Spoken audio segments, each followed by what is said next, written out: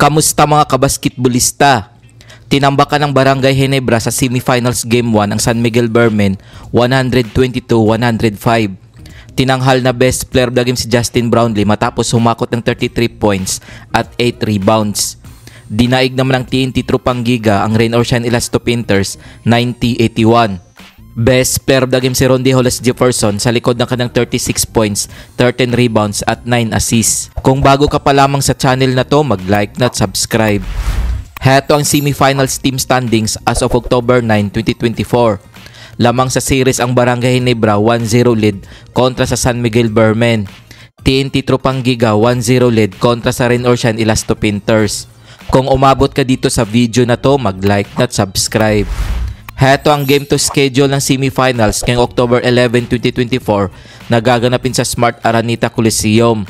Sa first game, maglalaban ng TNT Tropang Giga at Rain or Shine Elasto Painters alas 5 ng hapon. Sa second game, magtutos ang Barangay Ginebra at San Miguel Bearmen alas 7:30 ng gabi. Kung nagustuhan mo ang video na to, mag-like na at subscribe.